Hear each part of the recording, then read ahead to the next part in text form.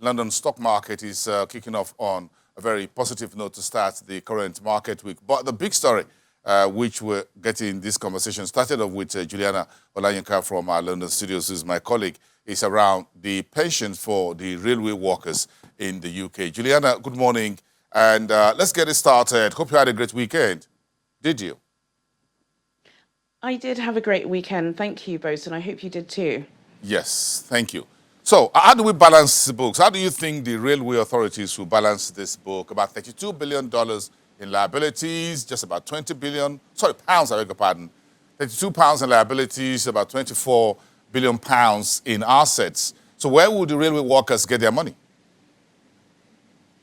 Well, it's quite an interesting story, Bosun, and we're still waiting to hear exactly what the Railway Pension Scheme, an official response from them.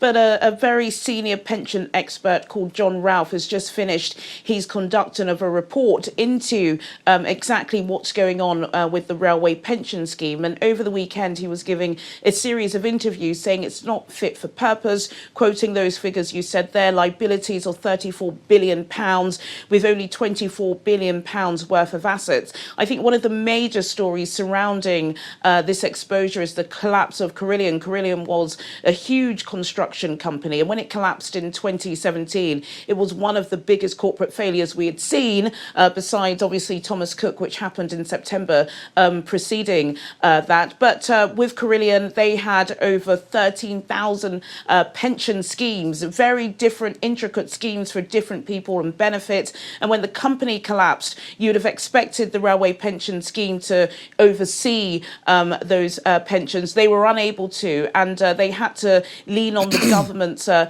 pension protection system, which has just announced that they will be able to bail out some of these workers. But, you know, there were questions as to why the Railway Pension Scheme couldn't do it and that the government shouldn't have got involved.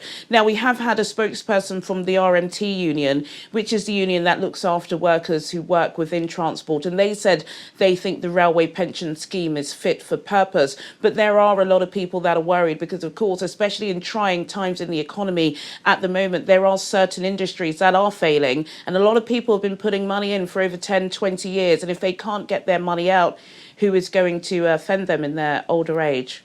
I just want to apologize. It's a Monday morning and we're coming through with some not so cheery news to our viewers, but our business is to tell the news as it is here on channels, and that's what journalism is all about. So when we go to High Street, Bills is warning of likely collapse. This is another not so good news, as it were.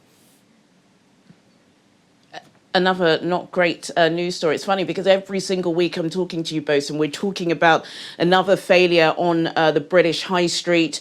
Just last week we were discussing that it was the worst record. It was the worst on record for sales in 2019 for the UK High Street. And the ones who are getting it in particular are the department stores. Bills is a popular name, not really for maybe those who are in London because they mainly operate outside of London. They've got about 1,200 staff, about 22 different stores, and they're desperately looking for a buyout because they had worse than expected trading over Christmas. And also as well, their chief exec is saying they just simply cannot put up with their high rent rates.